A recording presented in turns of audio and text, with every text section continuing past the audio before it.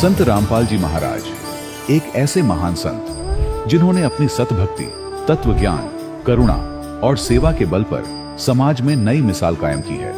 संत रामपाल जी महाराज की अगुवाई में उनके सभी सतलोक आश्रमों से समाज कल्याण के अद्भुत कार्यों ने समाज को सुनहरे भविष्य की एक नई उम्मीद दिखाई है। संत रामपाल जी महाराज से नाम दीक्षा लेने के बाद लाखों लोगों की लाइलाज बीमारियां जैसे कैंसर, एड्स आदि ठीक हुई। संत जी के ज्ञान से प्रेरित होकर उनके अनुयायियों ने लाखों यूनिट रक्तदान किया। संत जी ने लाखों बहन बेटियों का दहेज मुक्त विवाह करवाया।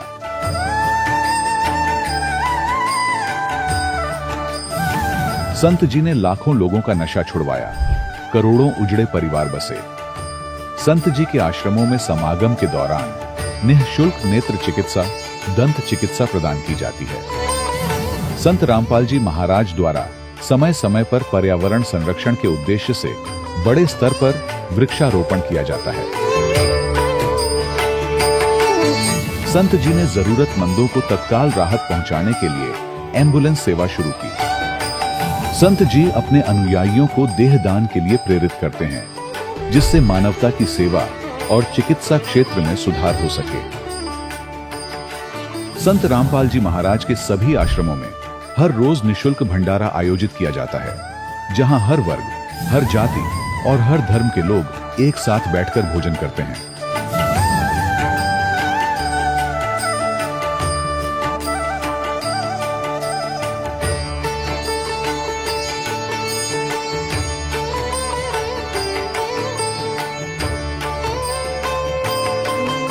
संत रामपाल जी महाराज की अन्नपूर्णा मुहिम ने गरीब और बेसहारा लोगों के जीवन में एक नई ऊर्जा और उम्मीद को जन्म दिया है। घर घर खाद्य सामग्री और जरूरी मदद पहुंचाकर संत रामपाल जी महाराज ने लोगों को दुख और मजबूरी से लड़ने की ताकत प्रदान की है।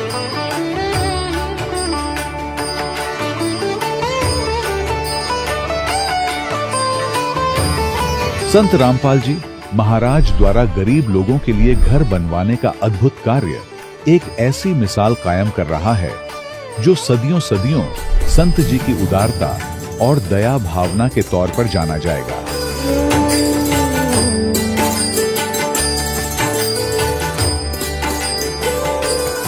संत रामपाल जी महाराज के आश्रम में हजारों बुजुर्गों को सम्मान और प्यार के साथ जीवन जीने का अवसर मिलता है।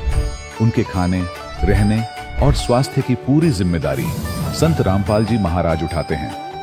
अनाथ बच्चों के लिए संत रामपाल जी महाराज के सभी आश्रम किसी वरदान से कम नहीं। यहाँ उन्हें शिक्षा, संस्कार और भविष्य के लिए बेहतर अवसर प्रदान किए जाते हैं। चाहे बाढ़ हो, भूकंप या महामारी, संत रामपाल जी महाराज और उनके अनुयायी हमेशा ही जरूरतमंदों के लिए सबसे आगे खड़े रहते हैं। कोविड महामारी के दौरान संत रामपाल जी महाराज के आश्रमों से करोड़ों लोगों के लिए भोजन, दवाइयां और जीवन रक्षक सामग्रियां उपलब्ध कराई गई। चाहे गरीब की मदद हो या किसी शोषित और पीड़ित वर्ग के हक और सम्मान की लड़ाई, संत रामपाल जी महाराज ने हमेशा ही उनकी दबी आवाज को सरकारों तक पहुंचाया है और उन्हें उचित न्याय दिलवाने में अहम भूमिका अदा की है। समाज में आध्यात्मिक और सामाजिक मूल्यों के प्रति जागरूकता लाने में संत रामपाल जी महाराज हर कदम पर मानवता के सच्चे सेवक साबित हुए हैं। संत रामपाल जी महाराज का जीवन हमें सिखाता है कि सच्ची सेवा वही है जो निस्वार्थ भाव से की जाए। आइए हम भी इस महान सेवा के कार्य में इस महान संत से जुड़ें और संत रामपाल जी महाराज से नाम दीक्षा लेकर अपने जीवन को धन्य बनाएं।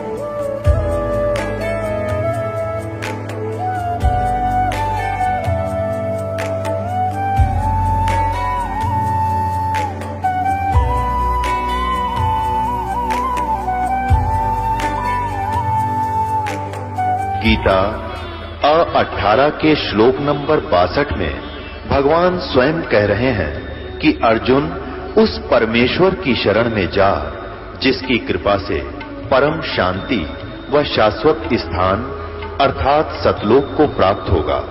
वो परमेश्वर कौन है, कहां है, कैसा है, जानने के लिए कृपया अवश्य सुनिए जगत गुरु तत्वदर्शी संत रामपाल जी महाराज के अमृत वचन। सत साहिब दर्शकों, मनुष्य जब अपने पारंपरिक भक्ति साधनाओं को करता है और उन्हें करते हुए भी जब उसे कोई लाभ नहीं मिलता, तब वो दरवाजे खटखटाता है अन्य धर्मों के। ऐसी ही कुछ कहानी थी कैथल, हरियाणा के रहने वाले विनोद जी की। जब विनोद जी को अपनी पारंपरिक भक्ति साधनाओं से लाभ मिलता ना नजर आया, तब इन्होंने मस्जिद और गुरुद्वारे के दरवाजे खटखटाए, लेकिन फिर भी इन्हें उससे कोई लाभ नहीं मिला। लेकिन आज इनका कहना है कि जब से मैंने संत रामपाल जी महाराज से नाम उपदेश लिया है, तब से मेरे जीवन में चमत्कारिक बदलाव देखने को मिले हैं। तो आइए जानते हैं कि वो चमत्कारिक बदलाव क्या है। सुनते हैं विनोद जी की कहानी उन्हीं की जुबानी। नमस्कार सर। सत साहिब जी। सर क्या नाम है आपका? मेरा नाम जी विनोद दास है, मैं कैथल से हूँ। सर संत रामपाल जी महाराज से नाम दीक्षा आपने कब ली? मैं जी 2014 में ली। सर संत रामपाल जी महाराज से नाम दीक्षा लेने से पहले क्या आप कोई भक्ति साधना भी करते थे? भक्ति साधना ऐसा करता था जी, मैं बचपन में हनुमान जी का भगत था। पहले मिट्टी की मूर्ति बना के उसकी दीवार में अलमारी में चिपका के सिंदूर वगैरह ऐसा करा करता था। जैसे जैसे मैं बड़ा होता रहा, भक्ति में लीन होता रहा, मैं फिर दूर दूर जाने लगा, तीर्थ यात्रा करने लगा। कभी मथुरा जी जाता था, कभी गोवर्धन पर्वत पे इधर यात्रा करने जाता था, इधर मेहंदीपुर बालाजी जाया करता था, इधर खाटू श्याम जाया करता था, इधर मैंने 8-9 देवी हिमाचल में वैष्णो देवी, कांगड़ा जी, ज्वाला जी, चिंतपूर्णी, गुरु गोरखनाथ जी, मनसा देवी, इधर मैंने बहुत यात्रा करी। यात्रा करते करते मैं फिर गुरुद्वारों में भी जाने लग गया। जैसे जैसे बड़ा होता रहा, गुरुद्वारे के बाद मैं ईसाइयों के यहाँ गिरजाघरों में भी जाया करता था, उनका भी प्रचार सुनता था। ऐसे फिर मैं पीर पैगंबरों पे भी जाने लग गया। जैसे जैसे बड़ा होता रहा, शुरू में तो मेरे काम धंधे ठीक थे, बाद में काम धंधे मेरे जवाब देने लग गए। जाते जाते मेरे को फिर बहुत उम्र होगी और काम धंधा कहीं बना नहीं। पहले से मेरे को फिर हानियाँ होने लग गई जी मेरे शरीर में। अब मैं देखता जहाँ भी मत्था टेकता, कभी जाता तीर्थ स्नान पे, तो मैं सोचता भी मेरी बीमारी तो शरीर की बढ़ने लग रही है। मेरे शरीर के जोड़ दर्द ऐसे, ये जो अंग हैं ये अलग अलग हो गए, ऐसे हिलने लग गए थे जगह जगह। मेरे पैर भी दुखने लग गए थे। जब ज़मीन पे पैर रखते तो ऐसे पैर कच्चे हो चुके थे, तो ऐसे लिखती हाय इधर से दुख रहा, उधर से दुख रहा। ऐसे जाते जाते फिर मैं अपने परिवार को भी ले जाता जी, रात को दिन को परिवार को ले जाता। अब सारे दुखी होने लग गए, भाई ये क्या धंधा, काम धंधे भी छूट गए और कहीं भी कोई लाभ नहीं होया। सर फिर आप संत रामपाल जी महाराज की शरण में कैसे आए? एक दिन क्या होया, मैं काम धंधे से आया, आके हमने टेलीविज़न चलाया और रोटी खाने बैठ गया। तो गुरुजी महाराज संत रामपाल जी ये बता रहे उस वक्त कि ब्रह्मा विष्णु शिव इनकी भी मृत्यु होती है, इनके भी माता पिता। हमने कभी ऐसा ज्ञान सुना नहीं भी, ब्रह्मा विष्णु जी शिव की भी मृत्यु होती है, इनका भी जन्म। फिर उस वक्त मेरे को यहाँ चोट लगी भी, भाई इस सत्संग में इस गुरु जी के में कोई ऐसी खास बात है। फिर अगले दिन फिर वो थोड़ा सा देख पाया था मैं, कोई 10-15 मिनट, 10-1 मिनट का। अगले दिन फिर हमने चलाया तो फिर गुरु जी का वो कड़ी जो रह गई थी वो आई। उस दिन के बाद जी हम फिर गुरु जी का सत्संग हमने 1.5 पौने 2 महीने ऐसे देखा। गुरु जी का ज्ञान आ गया भी, संत रामपाल जी का भाई पूर्ण परमात्मा तो ये आगे, और हम टेलीविज़न पे गुरुओं की जांच कर रहे हैं भी कौन सा गुरु अच्छा है, किसका ज्ञान अच्छा है। तो जब परमात्मा का हमारे को ज्ञान होया, संत रामपाल जी पूर्ण परमात्मा आ चुके और कई हमने ऐसे सत्संग देखे जिनमें मुर्दों को जीवित परमात्मा करते हैं, और ऐसी ऐसी बीमारियां जो जिनका इलाज अस्पताल में कहीं भी नहीं, वो परमात्मा से, संत रामपाल जी से नाम लेके ठीक होने लग गए हैं। तो फिर एक दिन हम गुरु जी की शरण में चले गए, संत रामपाल जी की शरण में। ऐसे पूछते हो भाई कहाँ है ये बरवाड़ा, हमको ये भी नहीं पता था भी बरवाड़ा है कौन सी दिशा में, कहाँ है। पूछते हो, हम चले गए वहाँ, जाके गुरु जी के भक्तों से मिले, वहाँ नामदान लिया, माथा टेका, और वो दिन है, आज का दिन है। अब हम परमात्मा से जुड़े हुए हैं। सर हमने सुना है कि जो भी श्रद्धालु संत रामपाल जी महाराज से नाम दीक्षा लेते हैं उनको बहुत सारे लाभ प्राप्त होते हैं, तो क्या संत रामपाल जी महाराज से नाम दीक्षा लेने के बाद आपको भी कुछ लाभ प्राप्त हुए? हाँ जी सर जी, हमारे को बहुत अच्छा लाभ प्राप्त हुआ। आपने ये बहुत अच्छी बात पूछी कि जब मैं तीर्थ स्नान करने जाया करता था, यात्रा करते करते मेरा शरीर डैमेज हो गया, मेरे अंग जो थे वो हिलने लग गए थे, ज़मीन पे पैर रखना दुर्बल हो गया था, काम धंधा तो कहाँ बना था, हम कंडम हो चुके थे सारे परिवार में, कभी कोई बीमार कभी कोई बीमार। मेरे ये पैर ज़मीन में रखे नहीं जाते थे, कंकर बहुत ज़्यादा चुभते थे, कच्चे हो गए थे। तो हम जब गुरु जी से जुड़े, हमने गुरु जी का जल प्रसाद लिया, और जो घर में संत रामपाल जी का जोत जगाई मालिक की, फिर हमारे ये शरीर के अंग ठीक होने लग गए। एक मेरे शरीर में इधर बहुत बड़ी रसौली थी, तो मैं गरीब आदमी, तो जब मैं शीशे में देखा, मैं गंजा हो गया, मैंने शीशे में देखा अब ये तो बहुत बड़ी रसौली है, तो मैं अगर अपनी औरत को बताऊंगा तो वो तो इस बात का बहुत वो करेगी, कहीं वो मर ही ना जावे, हमारे पास पैसे भी नहीं, तो भी डॉक्टर लोग तो ये कह देंगे ऑपरेशन हो गया, हमें 2 लाख लगा, 3 लगा, 2.5 लाख, इतने का ही मेरा मकान बिक जाएगा, और मेरी ये रसौली का ऑपरेशन कर देंगे, काट देंगे, बाद में गारंटी देते नहीं डॉक्टर लोग, जिंदा रहूं के मरूं। फिर मैंने बताया नहीं इस डर से भी मेरे साथ ये घटना हो चुकी है, परिवार में मातम छा जाएगा, मैंने कभी जिक्र नहीं करा अपने बच्चों से और उससे भी मैं एक ऐसी बीमारी का शिकार हो चुका हूँ जो मेरा बचना मुश्किल है। फिर मैं परमात्मा से जुड़ गया था, मैंने घर में जोत जगाई मालिक की। जोत जगाने के बाद में मेरे घर से जैसे मैं आधी रात को पेशाब करने उठ जाया करता था, तो जब कुछ ही दिन हुए थे मालिक से, जैसे 15-20 दिन हुए, तो मेरे को क्या दिखा, मेरे घर से काले काले परछाइयाँ जाने लग रही हैं, घर से निकल के कोई काले काले मनुष्य, जैसा कोई भूत प्रेत होते, कोई शैतानी आत्मा होती, तो वो घर से जाने लग रहे हैं दबादब। जैसे मैं जोत जगा दिया करता, मैं बहुत सारा घी डालता था, जोत का मेरे को बड़ा शौक था। फिर जब हम गुरु जी का जो पहला मंत्र दिया, गुरु जी का जाप करने लगे, फिर मेरे को दूसरा सतनाम मिला, ऐसे हम जाप करने लगे। आज देख लो मेरे सिर में कोई रसौली नहीं, आज भी वो रसौली का निशान रह गया है, बिना ऑपरेशन के मैं आज ठीक ठाक हूँ। मैंने कभी कोली 1 रुपए की भी नहीं ली इस रसौली के उसमें, जबकि मेरा बहुत बड़ा ऑपरेशन होना था। संत रामपाल जी महाराज की कृपा से आज मैं ठीक हूँ, वो धरती पे पूर्ण परमात्मा आए हुए हैं। तो एक दिन वहाँ बीमार होने लग गया जी, मेरा नाम खंड हो गया, मैं बीमार होने लग गया।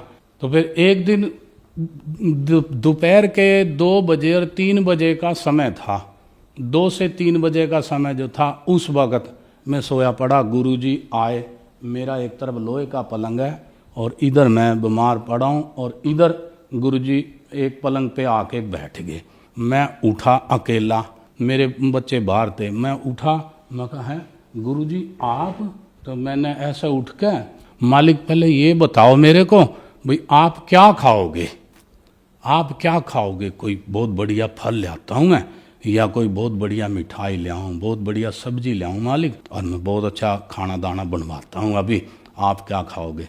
गुरुजी बोले भाई बेटा मैंने कुछ नहीं खाना, मैं तेरे पास थोड़ी सी देर के लिए आया हूँ तेरे को दर्शन देने। तो गुरुजी ने मेरे को पिछले जन्म की, जब काशी जी के अंदर परमात्मा 620 बरस के लगभग कबीर साहब अपने ओरिजिनल रूप में परमात्मा आए हुए थे, तो उस वक़्त परमात्मा से मैं कभी नाम लिया था मालिक से। उस समय में मालिक ने मेरा ऐसे करके पिछला जन्म दिखाया। जब मैं बैठता था तो मेरे सिर के बाल, ये लटां थी मेरी यहाँ तक। जब मैं ज़मीन पे बैठता था ऐसे मेरी लटां थी, चौंकड़ी मार के बैठता था मैं, हाथ जोड़ के ऐसे परमात्मा की भक्ति करा करता था।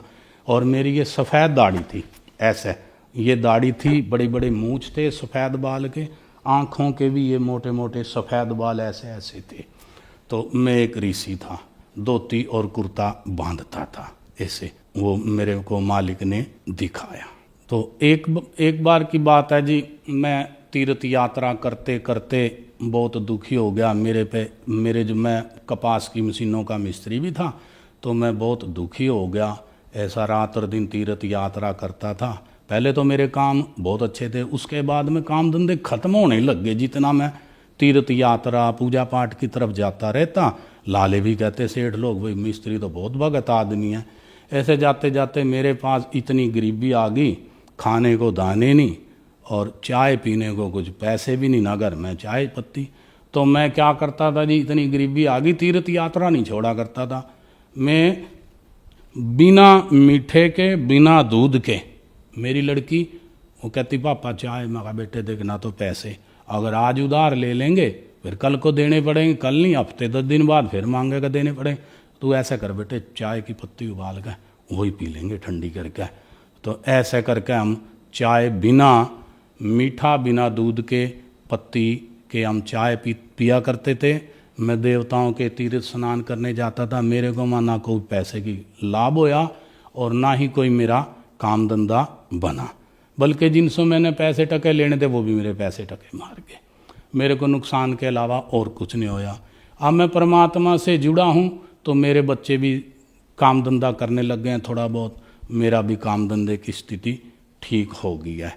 ऐसे करके आज मैं बिल्कुल स्वस्थ हूँ, अच्छा हूँ, अपने परिवार को ठीक ठाक से चला रहा हूँ। मैं जी संत रामपाल जी पूर्ण परमात्मा की नाम लेने के बाद में उनकी कृपा से आज मैं बिल्कुल ठीक ठाक हूँ। ना मेरे को कोई रोग है, ना कोई बीमारी है, और घर का भी पालन पोषण ठीक ठाक से चल रहा है। और लाभ जी ऐसा है कि मेरा लड़का है वो मंजी पे पड़ा था, मंजी पे पड़ा रहता था। अब डॉक्टरों को दिखाते, डॉक्टरों के बड़े बड़े अस्पताल में चक्कर मारने पड़ते हैं, मिलता जाता कुछ नहीं, गोलियां कुछ दे देते हैं और बीमारी कोई है दवाई कोई। अब खाए गए बच्चा मेरा मंजे पे पड़ चुका था, मोहल्ले में सबको पता है।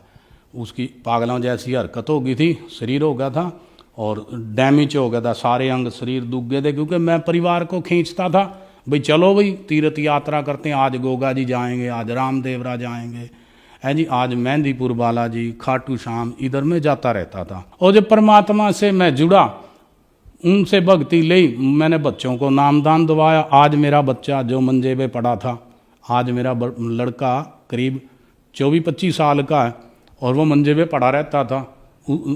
चलना फिरना मोहताज, उसकी याददाश्त भी खत्म हो चुकी थी, बिल्कुल बावड़ा सा हो चुका था, अंग दुखते थे, ये गोड्डे के जोड़ ढकने अलग हो चुके थे ऐसे ऐसे। एक बार दिखाने लगा तो दोनों जोड़ ऐसे ऊपर की जो ढक्कन होते हैं गोड्डे के, वैसे ऐसे हिला रहा वो जो मालिश करने वाला। वो कह रहा है ये तो ढक्कन तो इसके अलग हो रहे हैं, ये क्या हो गया भाई। वहाँ भी ऐसा कुछ खाया भी नहीं, कुछ करा भी नहीं, वो दवाएं ले लेते हैं। कभी तेल ताल मलस दे रो, दो मेरे बस का तो है नहीं, कोई डॉक्टरों को दिखाओ। फिर हम कुछ दिन बाद गुरुजी से नाम लिया, मेरा बच्चा ठीक हो। गुरुजी से हमने प्रार्थना लगाई, गुरुजी से एक बार नाम दिलवाया। नाम दिलवाने के बाद में मेरे लड़के के यहाँ एक काला सा इतना बड़ा कोई चीज निकली, उसके ऊपर बाल शरीर के अंदर से ऐसे निकले। संत रामपाल जी के वहाँ लेके गया जी, वो पूर्ण परमात्मा धरती पे आए हैं। तो मैं लाइन में लगा के ले गया। गुरुजी ऐसे आशीर्वाद देते हैं सबके ऊपर, ऐसे बेटा भक्ति करना ऐसे चलते रहते हैं हम, ऐसे सिर कर लेते हैं। तो मेरे बच्चे के सिर पे गुरुजी ने हाथ रखा, मैं गुरुजी मेरी प्रार्थना, बोले वहीं रुक गए, कोई बोलो भगत जी। तो मैं कहा मालिक ऐसा है, अभी हम नाम लेके गए हैं, कोई 15-20 दिन हुए हैं और इसके शरीर में से ये यहाँ से ये निकल गया और मेरे बच्चे कहते हैं भाई ये तो पागल हो गया। मैं कहा बेटा अगर ये पागल हो गया बच्चा तो मैं तो मकान बेच दूंगा, फिर मैं अस्पताल में पैसे लगा दूंगा, किराए पे फिरना। तो मैं कहा गुरुजी ये यहाँ ये लिकड़ गया। गुरुजी ने क्या दिखाओ कहाँ है। मैंने पहले ही पैंट नीचे कर रखी थी, कमीज ऊपर कर दी। मैं कहा गुरुजी यहाँ यहाँ ये इतना बड़ा निकल गया। और ऐसे गुरुजी ने हाथ फेरा, ऐसे ऐसे करके हाथ फेरा, कह जाओ बेटा ठीक हो जाएगा। सिर पे हाथ फेरा, बोले भक्ति करिए बेटा, जा ठीक हो जाएगा।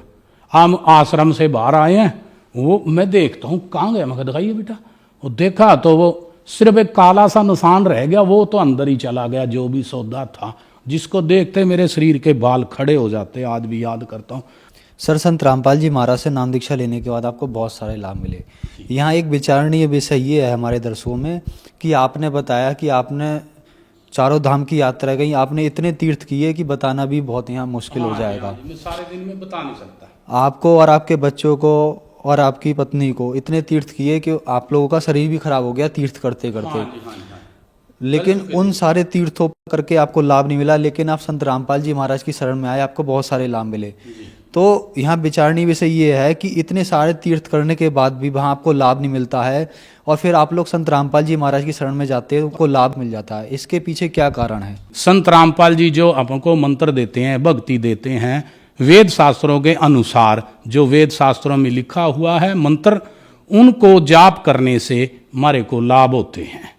और ये संत रामपाल जी पूर्ण परमात्मा कबीर साहब का अवतार आ चुके हैं।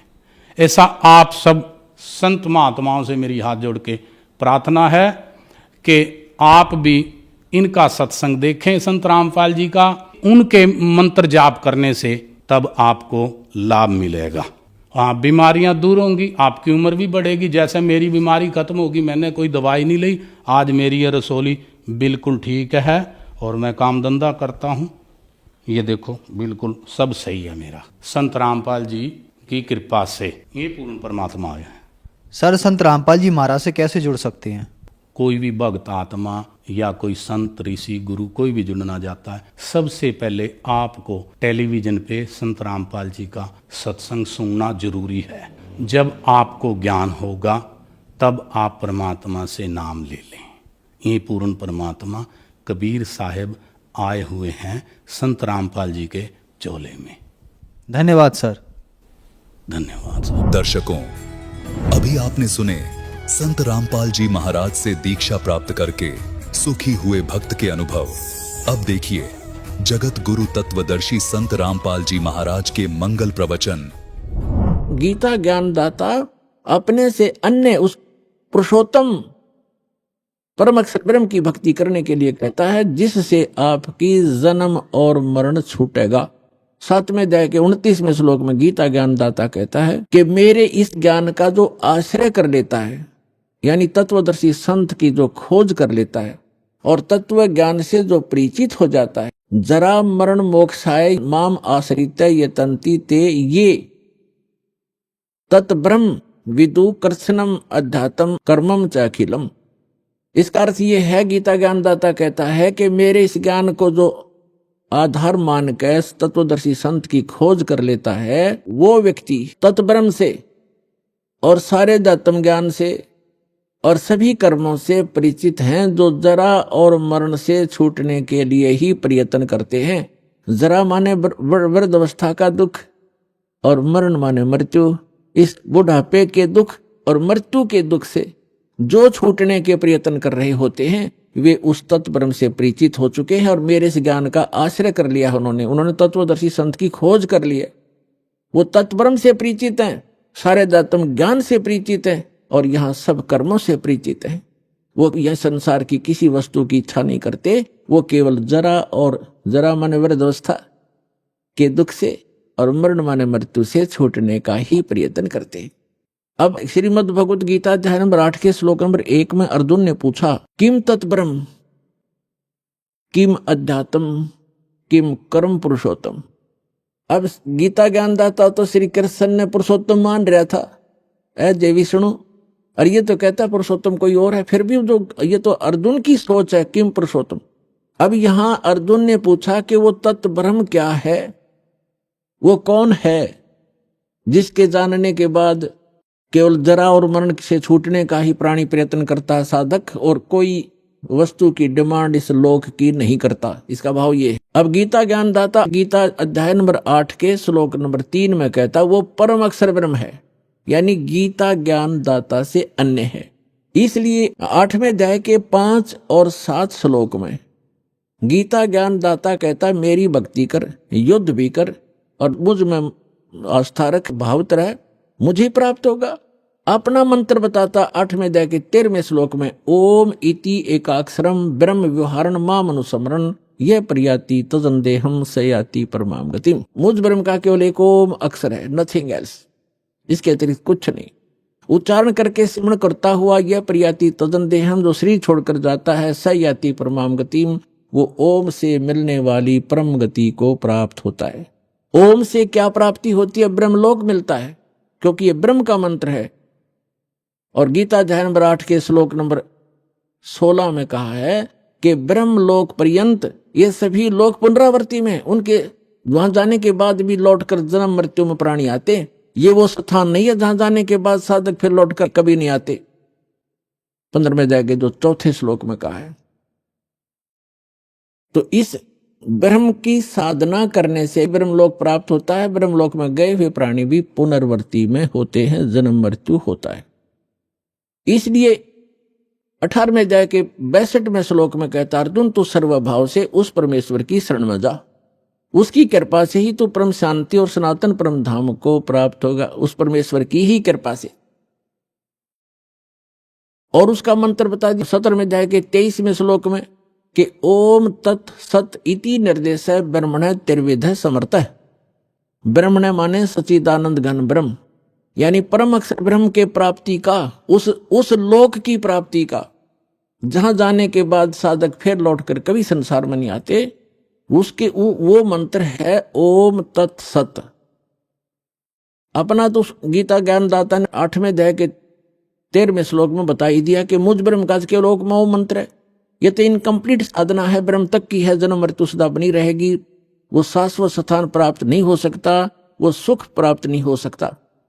अब बताया है सच्चिदानंद घन ब्रह्म की साधना करने से शाश्वत स्थान, शाश्वत माने जहां जिसका कभी अंत नहीं होता, अविनाशी लोक, हम उसको सत्यलोक कहते हैं, अमरलोक कहते हैं। सत्यलोक की प्राप्ति होती है।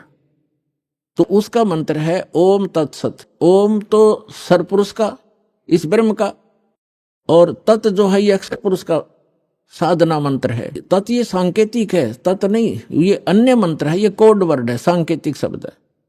और सत ये परम अक्षर ब्रह्म का साधना मंत्र है, वो कोड वर्ड है। ओम तत्सत ये शब्द नहीं है, ये मंत्र नहीं है, ये अन्य मंत्र हैं जो इस विश्व में दास के पास उपलब्ध है और किसी के पास नहीं है। यदि इस दास से वो मंत्र प्राप्त करके कोई स्वयंभू संत बनकर ये प्रदान करता है, वो अपना जीवन नाश कर रहा है, और जिनको वो नाम दे रहा है वो अधिकारी नहीं है। जैसे अनअधिकारी से बनवाया हुआ लाइसेंस या पासपोर्ट समय पर धोखा देगा और दंडित होना पड़ेगा, तो उस व्यक्ति को ऐसा समझ लेना, यदि कोई ऐसा जालिम व्यक्ति ऐसे जागरूक समय में भी ये प्रयत्न कर रहा हो, तो उसको भी प्रार्थना करना कि अपना जीवन नाश ना करे, भगवान का द्रोही है तू, और इन जीवों का नाश मत कर, काल के दूत का काम मत कर। और वो नहीं माने तो अन्य भाई बहनों को जरूर बताने की चेष्टा करना, झगड़ा नहीं करना, क्योंकि ये मार्ग झगड़े का नहीं है। हमारा फर्ज है बताने का, समझाने का, और ना माने कुएं में पड़े तो परमात्मा फिर कहते हैं कि जानबूझ साची तजय करे झूठते ने, ताकि संगत है प्रभु सौपन में बिना दे। और फिर परमात्मा कहते हैं कर दीपक कुआ पड़े फिर काहे की कुसलात। हाथ में दीपक टॉर्च ले रहा है, फिर कुएं में गिरने लग रहा है, तो वो होश में नहीं है वो व्यक्ति, कोई शराब वगैरह पी रखी है उसने, तो वो मूर्ख है, वो फिर अपनी करनी आप पावेगा, आप निर्दोष हो जाओगे। उनको एक बार प्रार्थना अवश्य करना कि ये व्यक्ति जो आप गुरु बनाए बैठे हो, ये गुरु ठीक नहीं है, ये अधिकारी नहीं है। तो इस तरह का अगर कोई स्वयंभू संत बनेगा तो उसको अनधिकारी है, वो डुप्लीकेट जाली लाइसेंस और पासपोर्ट बना रहा है, क्योंकि इस मंत्र के आधार से ये हमारा यहाँ का पासपोर्ट है, जिसके आधार से हम सवलोक जाएंगे, सतलोक जाएंगे। और इसका पता चलेगा जब मृत्यु के बाद जब जाएंगे प्लेटफार्म पर इसको लेकर के, वो सुविधा तो मिलेगी नहीं, सजा और मिलेगी, दंडित कर दिए जाएंगे। तो जो प्रसंग चल रहा है हम उसी पर आते हैं कि उस सच्चिदानंद घन ब्रह्म के पाने का इस 3 मंत्र के जाप का प्रावधान है, निर्देश है, डायरेक्शन है, नथिंग एल्स। निर्देश माने फाइनल फैसला है, आदेश भी और निर्देश यानी ये दिशा भी दे दी। अब उस परमात्मा की भक्ति से पूर्ण मोक्ष होगा और शाश्वत स्थान प्राप्त होगा, जहां जाने के बाद साधक फिर लौटकर कभी संसार में नहीं आते। अब जो प्रसंग चला था कि 7वें अध्याय के 18वें मंत्र में गीता ज्ञान दाता कहता है, वैसे तो ये प्रकरण चलता है 7वें अध्याय के प्रथम मंत्र से ही, और उसमें कहता है गीता ज्ञान दाता कि अर्जुन मैं तुझे ऐसा ज्ञान सुनाऊंगा जिसके जानने के बाद कुछ भी जानना शेष नहीं रहेगा। तो गीता अध्याय नंबर 7 के श्लोक नंबर 12 से लेकर 15 तक स्पष्ट कर दिया है, इन तीनों गुण रजगुण ब्रह्मा सतगुण विष्णु तमगुण शिव जी की जो साधना करते हैं वो राक्षस स्वभाव को धारण किए हुए मनुष्यों में नीच दूषित कर्म करने वाले मूर्ख हैं। अपने आत्माओं ये दास नहीं कह रहा, अपने सदग्रंथ और इनमें लिखा इतिहास कह रहा है। तीनों गुण रजगुण ब्रह्मा सतगुण विष्णु तमगुण शिव जी हैं। ये बहुत बार प्रमाणित भी किया। श्री मद देवी भागवत सचित्र मोटा टाइप 3रा स्कंद 123 पृष्ठ गीता प्रेस गोरखपुर से प्रकाशित में पढ़ सकते हैं, जिसमें स्वयं विष्णु जी स्वीकार करते हैं अपनी माता की स्तुति करते हुए कि तुम शुद्ध स्वरूपा हो, ये सारा संसार तुम्ही से उद्भासित हो रहा है। मैं ब्रह्मा और शंकर यानी विष्णु जी कह रहे हम तीनों नासवान हैं, हमारी जन्म मृत्यु होती है, तुम ही नित्य हो। फिर भगवान शंकर कहते हैं कि यदि ब्रह्मा जी आपके पुत्र हैं तो मैं भी आपका पुत्र हूं, मैं तमोगुण हूं, तीनों गुणों से उत्पन्न हम ब्रह्मा विष्णु महेश रजगुण ब्रह्मा सतगुण विष्णु तमगुण शिव जी केवल नियमित कार्य ही करते हैं। और मार्कंडेय पुराण गीता प्रेस गोरखपुर से प्रकाशित सचित्र मोटा टाइप पर कहा है, मार्कंडेय जी बता रहे हैं कि यही 3 देवता हैं और यही 3 गुण हैं और ये ब्रह्म की प्रधान शक्तियां हैं। ब्रह्म माने सरपुरुष इस काल की ये प्रधान शक्तियां हैं, ये तीनों इसके मंत्रियां हैं और यही 3 देवता हैं, यही 3 गुण हैं, रजगुण ब्रह्मा सतगुण विष्णु तमगुण शिव जी। मुंबई से प्रकाशित है खेमराज श्री कृष्णदास प्रकाशन मुंबई से, उसके 3रे स्कंद में लिखा है, शंकर भगवान खुद कहते हैं कि यदि आप हमारे ऊपर दया युक्त हैं, हे माता मुझे तमोगुण क्यों बना दिया, विष्णु जी को सतोगुण क्यों बना दिया, ब्रह्मा जी को रजोगुण क्यों बना दिया। इति सिद्धम रजगुण ब्रह्मा सतगुण विष्णु तमगुण शिव जी है। तो श्रीमद् भगवत गीता अध्याय नंबर 7 के श्लोक 12 से लेकर 15 का निष्कर्ष ये है कि गीता ज्ञानदाता ये सरपुरुष है, ब्रह्म है, और ये कह रहा है कि इन तीनों गुणों रजगुण ब्रह्मा सतगुण विष्णु तमगुण शिव जी की जो साधना करते हैं, इनको इष्ट रूप में पूजते हैं, ये राक्षस स्वभाव को धारण किए हुए मनुष्यों में नीच दूषित कर्म करने वाले मूर्ख ये मुझे नहीं भजते, यानी ब्रह्म साधना भी नहीं करते। अब यहां थोड़ा सा निष्कर्ष देना पड़ेगा कि तीनों गुणों के उपासक यानी ब्रह्मा जी विष्णु जी शिव जी के उपासकों को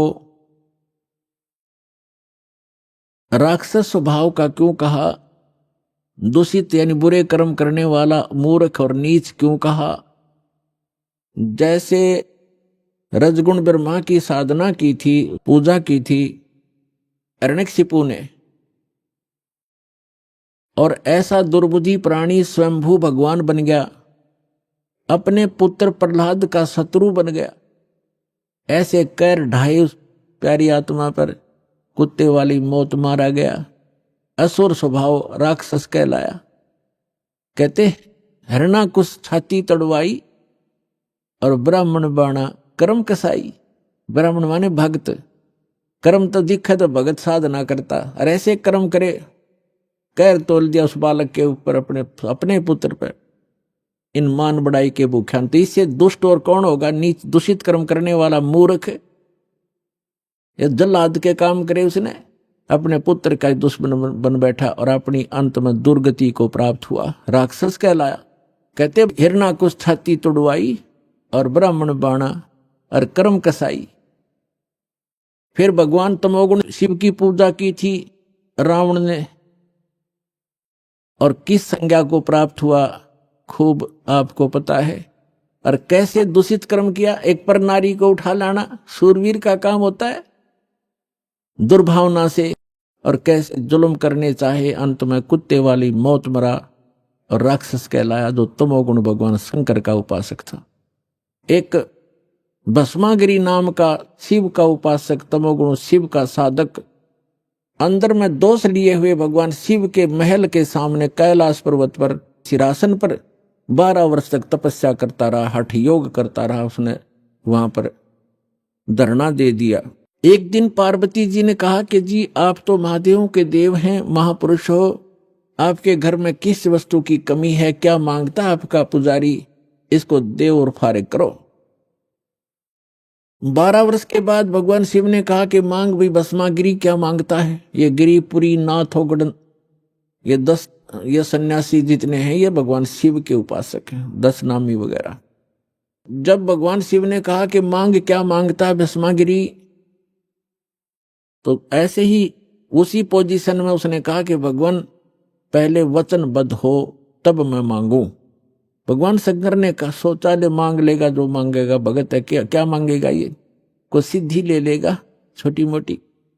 तो उसने कहा ठीक है भाई मैं वचनबद्ध हो गया। भगवान शिव ने कहा तो भस्मागिरी खड़ा हो गया और कहा अपना भस्म कंडा मुझे दे दो, जो हाथ में भगवान शिव ने पहन रखा था। उस कड़े में ऐसी शक्ति थी कि जिसके सिर पर ऐसे करके भस्म बोल दिया तो वो ऑटोमेटिक उसको फूंक देता था, उस वचन से ही वो अपना काम करता था। इस बात का ज्ञान था उस भस्मागिरी ने। और भस्मागिरी क्या दूषित सोच लेकर साधना कर रहा था कि इस कड़े को प्राप्त करके भगवान शिव को मार दूंगा और पार्वती को अपनी पत्नी बनाऊंगा। ऐसी दुष्ट सोच लेकर के वो साधना कर रहा था। और हम भगवान शंकर को अंतर्यामी कहा करते थे। वो ये भी नहीं सोच सका कि ये दुष्ट क्या सोच लिए बैठा है, तो अंतर्यामी भी नहीं थे वो, और अविनाशी भी नहीं थे भगवान शंकर। अभी बताता हूं।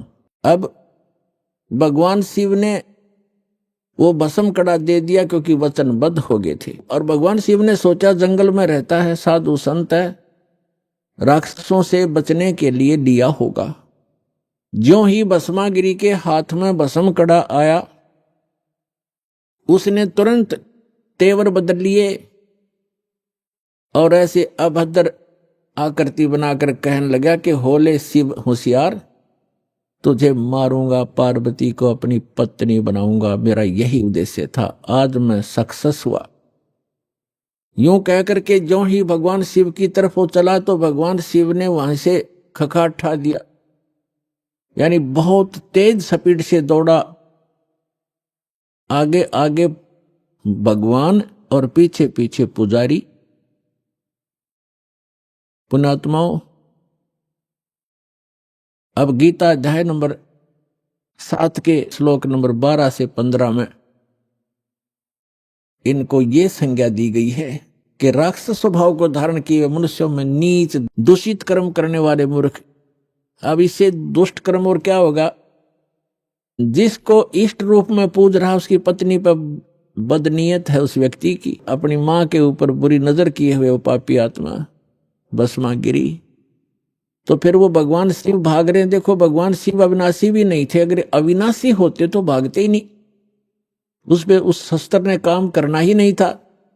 तो ये अविनाशी भी नहीं थे, अविनाशी थे कबीर परमात्मा। उनका सुनाएंगे कथाएं, उनको तलवारों से काट दिया फिर भी नहीं कटे, बहुत बुरा हाल किया, हर तरफ जमुना में डाल दिए, गंगा में, वहां नहीं मरे, और भी बहुत प्रहार किए। परमात्मा जो कहते हो रहे क्योंकि वह अविनाशी हैं। तो स्वयं परमात्मा आते हैं जब इनके ऊपर आपत्ति आती है, क्योंकि ये भी उसी परम पिता के बच्चे हैं। भगवान स्वयं पूर्ण परमात्मा पार्वती रूप बनाकर भस्मागिरी के सामने प्रकट हो गए, एक वृक्ष के नीचे खड़े हो गए। भस्मागिरी पीछे भाग रहा था अपना उद्देश्य पूर्ति के लिए कि पहले शिवजी ने मारूंगा, जब मेरा काम शुरू होगा पार्वती से फिर मिलूंगा। तो पार्वती सामने खड़ी है, उसने कहा कि डट जा, महात्मा जी आजा, 2 मिनट बैठो। अब वो तो जैसे ये लेकर चल रहा था, उन्हें सोचा चल ठीक है 2 बात कर लेते हैं पहले ही। तो उसने कहा कि आप रुक जाओ। भस्मागिरी ने कहा कि पहले ना उसने मार का हूं मैं, तो पार्वती रूप में परमात्मा ने कहा कि वो तो आपके निकट आएगा ही नहीं, 100 किलोमीटर से उरा शिव नहीं डटेगा, अब नहीं रुकेगा, आप खड़े हो जाओ। तो भस्मागिरी रुक गया। तो वहां भगवान ने पार्वती रूप में कहा कि कुछ डांस डूंस करके दिखा ताकि मैं प्रसन्न हूं तेरे से। तो भस्मागिरी ने कहा कि मैं डांस नहीं जानता हूं, नाचना नहीं आता है, क्योंकि मैं साधु संत फकीर हूं, मैंने कभी ऐसा डांस सीखा नहीं। तो पार्वती रूप में परमात्मा ने कहा ला मैं सिखाती हूँ, इस हाथ को ऐसे कर, इसको ऐसे कर, इस पैर को ऐसे कर, ऐसे कर। वो तो पागल मस्त हो लिया था बकवादों में, वह जैसे कह रहे हैं वैसे करें। जब सिर पा लिया ना वो कड़े वाला हाथ, जब कह दिया भस्म वही मर गया, भस्म हो गया, राख होगी इसकी, जल गया। कड़े को लेकर विष्णु रूप धारण करके खुद पूर्ण परमात्मा भगवान शंकर के पास पहुंचे। शंकर जी ने कहा कि भाग ले विष्णु, आ जा जल्दी। भगवान विष्णु ने कहा कि रुक जा, जिस भय से आप भाग रहे हो वो मैंने नाश कर दिया है, भस्मागिरी को मैंने भस्म कर दिया है गंडत नाच नचा के, और देख ये कड़ा मेरे पास है। तब भगवान शिव कुछ रुके और कहा कहाँ जलाया आपने? उस राख को देख लिया जब दिल की धड़कन शांत हुई, उस शंकर भगवान की भस्मागिरी की राख को देख करके अपने आत्मा। उसके बाद वो भस्मा असुर कहलाया, राक्षस। तो ये बताया है कि ये राक्षस स्वभाव को धारण किए हुए मनुष्यों में नीच दूषित कर्म करने वाले त्रिगुण उपासक, रजगुण ब्रह्मा सतगुण विष्णु तमगुण शिव जी के उपासक, गीता ज्ञानदाता कहता है मेरी भक्ति भी ना करते, यानी ब्रह्म साधना भी नहीं करते, और इनको कोई समझाना चाहे तो दुश्मन बन जाते हैं उसी के। अब रह गया तीसरा, वैष्णव उपासक। विष्णु जी के उपासकों का एक उदाहरण देते हैं। कुंभ का मेला भरा था। कुंभ का एक ऐसा संयोग हर की पैड़ी हरिद्वार में और गंगा नदी के किनारे संयोग हुआ। उस कुंभ के पर्व में पर भी का कोई समय निर्धारित किया जाता है।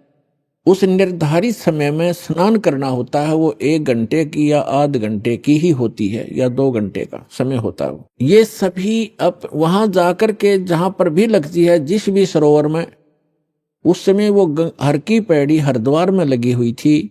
तो सभी जैसे गिरी अलग पुरी न्यारे, नागा अलग से, कनपाड़े अलग, नाथ न्यारे, वैष्णु अलग से, सन्यासी अलग से, दशनामी अलग से, ये वहां अपने अपनी जमात में, अपने ग्रुप में, समूह में पहुंच जाते हैं।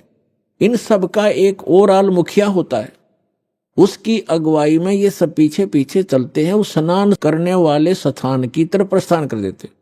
तो जो पर भी लगनी थी, सबसे पहले ये नागा व्यक्ति जो बिल्कुल नगर रहते हैं साधु, वो पहुंच गए गंगा के ऊपर हर की पैड़ी पे स्नानार्थ।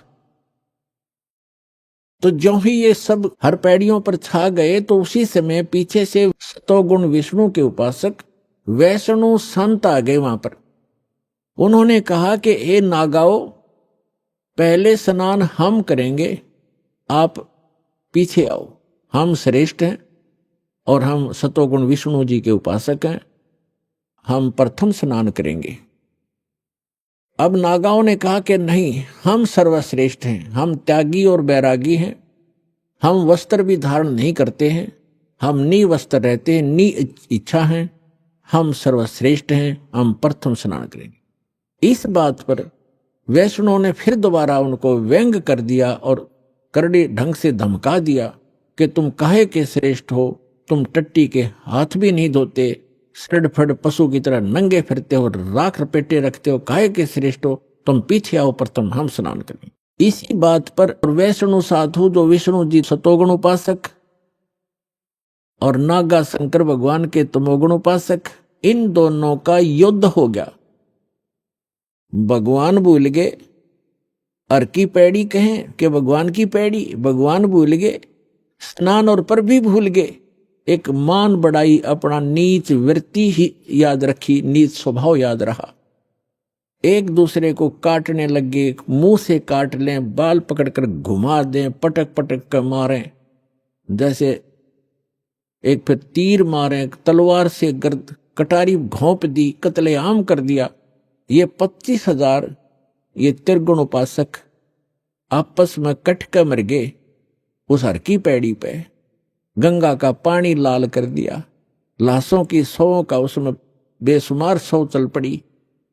अब यहां उस सूक्ष्म वेद में सच्चिदानंद घन ब्रह्म की वाणी में परमात्मा ने कहा कि तीर तुपक तलवार कटारी और जमधड़ जोर बधावे हैं, हर पैड़ी हर हेत नहीं जान्या, वहां जा कर्द चलावे हैं और काटे शीस नहीं दिल करुणा, ये जग में साध को आवे हैं और जो जन इनके दर्शन को जावे उनको भी नरक पठावे। कि वह गुट्टी उन्हें पावेंगे, जो इनके शिष्य बनेंगे ये शिक्षा उनको देंगे, काटो मरो काय के लिए, एक मान बढ़ाई के लिए, नहाने के लिए।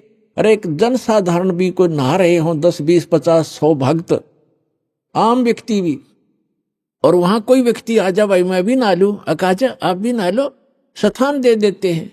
तो आम व्यक्ति से भी गिरा हुआ इनका विचारधारा, इनका जो शिष्टाचार, और इनको तुम संत मानते हो, ये त्रिगुण उपासकों के बारे में सूक्ष्म वेद में कहा है।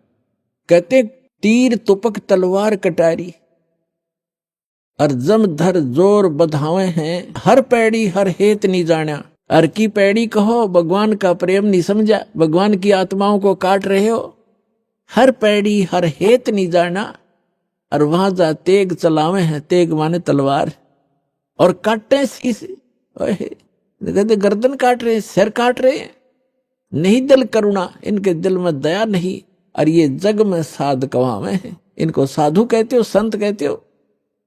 और जो जन इनके दर्शन को जावे, जो व्यक्ति इनके मत्था टेकन जावे, या इनको दान करने जाता है, या इनका शिष्टो प्राप्त करता है, उनको भी नरक पठावे, उनको भी नरक भेज देते ये त्रिगुण उपासक।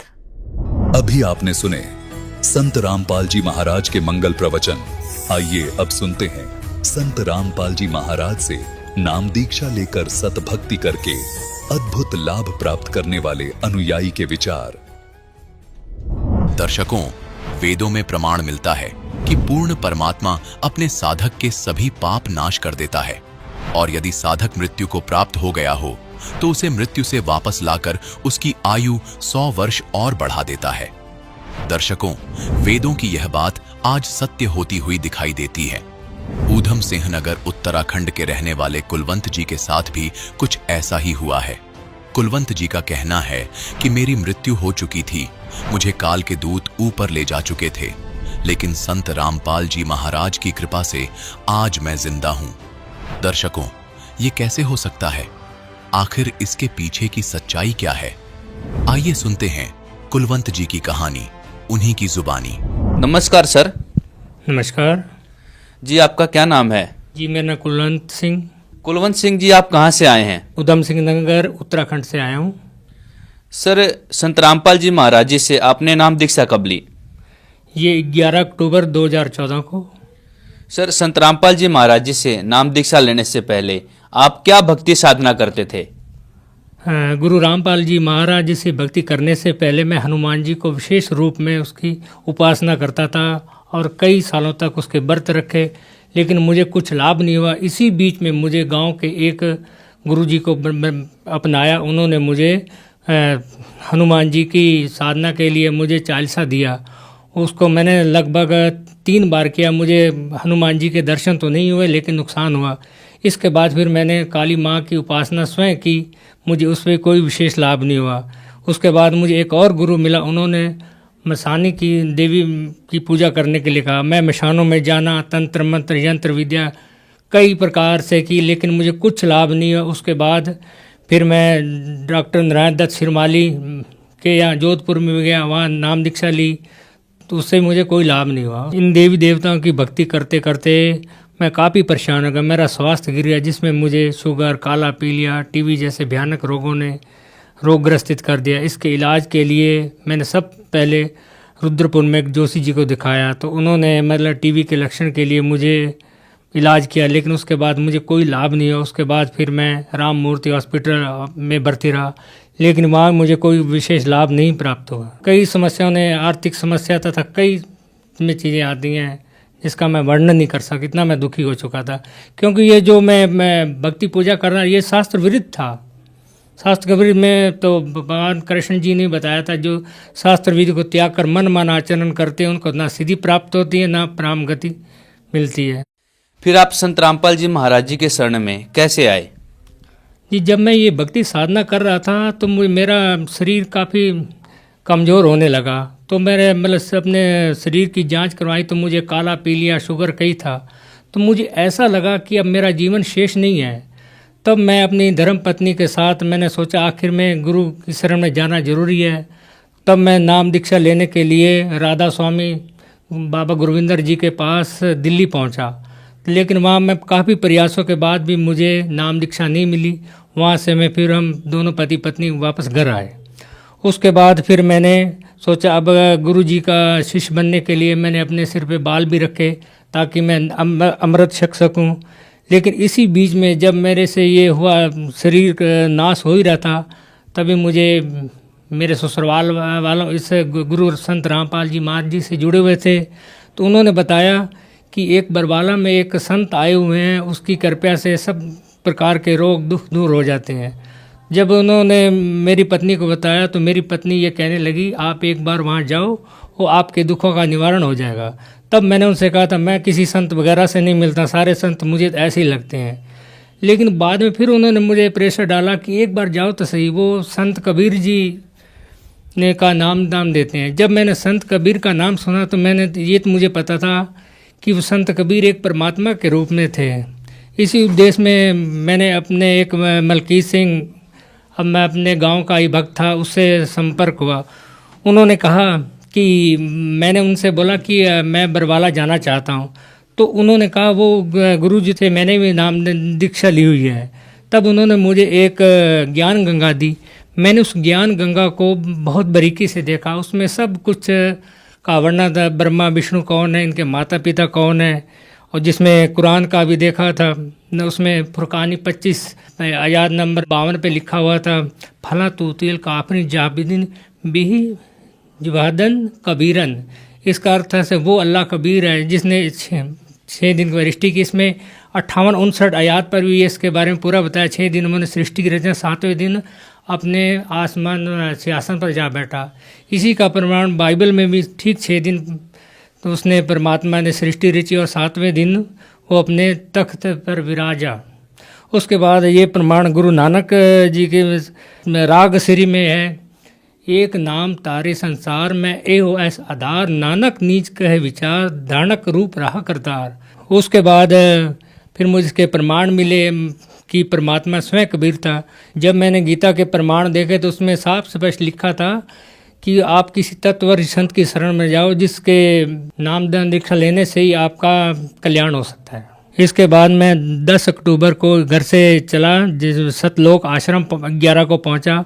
उसी दिन सतगुरु रामपाल जी महाराज जी से नामदान दीक्षा ली। सर, हमने सुना है कि जो संत रामपाल जी महाराज जी से श्रद्धालु जुड़ते हैं उनको बहुत लाभ होते हैं। तो सर, संत रामपाल जी महाराज जी से जुड़ने के बाद आपको कोई लाभ मिला? सबसे बड़ा तो मुझे ये लाभ लेना, मुझे आध्यात्मिक ज्ञान की प्राप्ति हुई।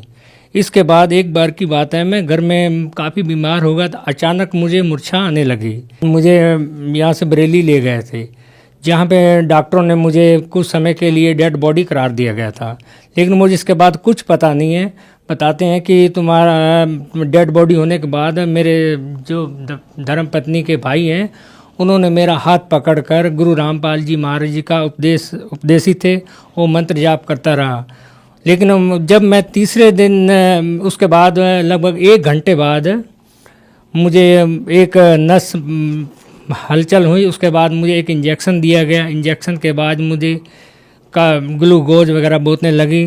ठीक 3 दिन बाद मैं 10 बजे लगभग उस मूर्छा से सही हुआ। उसके बाद मेरे मतलब जो भगवत पत्नी के भाई थे उन्होंने बताया कि आपको तो डेड बॉडी हो गई थी। जिस समय डेड बॉडी, उस समय पूरे हॉस्पिटल में मतलब ये विषय का रहा कि वो ख़त्म हो चुका, और हर जगह मतलब ये बता दिया गया कुलवंत दास जी मृत घोषित हो गए। मेरे घर में भी आना जाना रोना धोना हो गया था। लेकिन उसके बाद जब मेरी वापसी मूर्छा के बाद आया तो मुझसे मैंने सबसे पहले मैंने देखा मेरे जो साला जी हैं पत्नी के भाई तो सामने बैठे पाया गया। तो मैंने उनसे पूछा ये कौन है? वो कह रहा ये बड़ी दीदी है। मैंने उसको भी नहीं पहचाना। ठीक 1 घंटे बाद जब मुझे पूरी तरह होश आया तो फिर मैंने अपनी राम कथा सुनाई कि मुझे उस वक्त ऐसा महसूस किया कि हकीकत में ये हुआ कि 3 दूत आए और मेरे प्राण लेकर सबसे पहले मुझे गणेश जी, ब्रह्मा जी, विष्णु जी, शिव जी तथा माँ दुर्गा देवी के लोकों से पार लेते हुए काफ़ी दूर ले गए। आखिर में मैं जाता हूँ, आखिर जब मंजिल पे पहुँचता हूँ ऐसा मुझे महसूस हुआ ये सतलोक मिनी सतलोक ही है। तो वहाँ गुरु रामपाल जी महाराज जी एक सामने खड़े थे।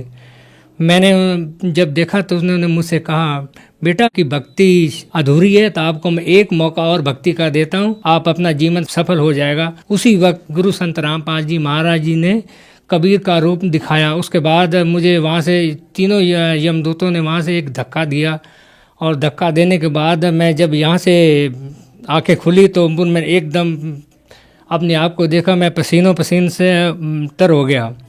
उसके बाद मैंने ये कहा था आप मेरी पीठ तो देखिए। जब पीठ उन्होंने देखी तो मेरे पूरे पीठ पे नीले निशान पड़े थे। ऐसा मुझे महसूस हो रहा था मैं कई लाख किलोमीटर से दूर से गिरा हूँ। उसके बाद मेरी रिपोर्टें दोबारा ली गई, जिसमें जितनी भी रिपोर्टें थी, शुगर था उसमें, सबसे मुख्य काला पीलिया और ब्लड इन्फेक्शन, कई प्रकार की बीमारियां। फिर दोबारा चेकअप हुआ।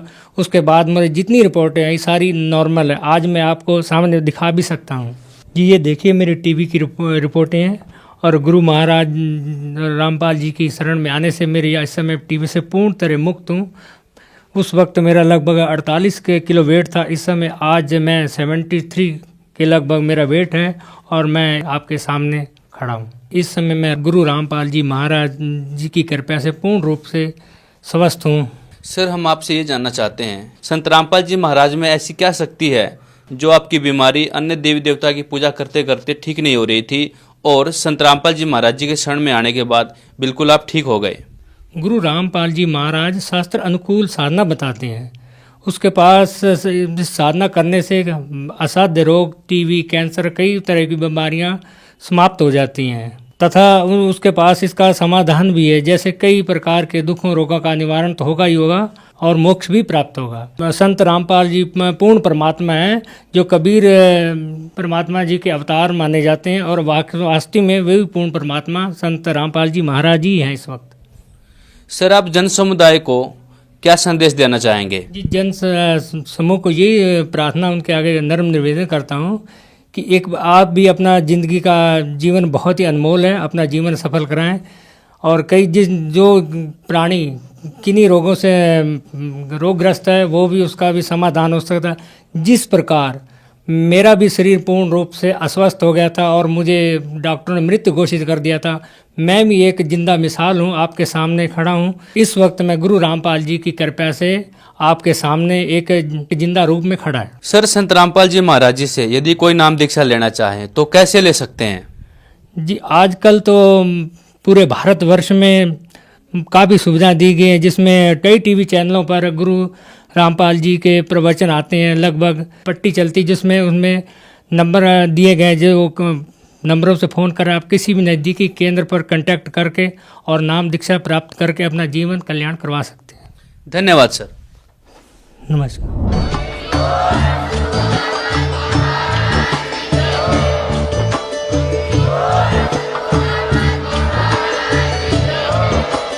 आप सुन रहे थे जगत गुरु तत्वदर्शी संत रामपाल जी महाराज जी के मंगल प्रवचन। अधिक जानकारी के लिए विजिट कीजिए हमारी वेबसाइट www.jagatgururampalji.org। संत रामपाल जी महाराज जी के शुभ आशीर्वाद से पूरे विश्व भर में 500 से भी ज्यादा नाम दीक्षा केंद्र हैं, जिन पर संत रामपाल जी महाराज जी द्वारा ऑनलाइन निःशुल्क नाम दीक्षा दी जा रही है। अपने नजदीकी नाम दीक्षा केंद्र का पता करने के लिए संपर्क करें 8222880541।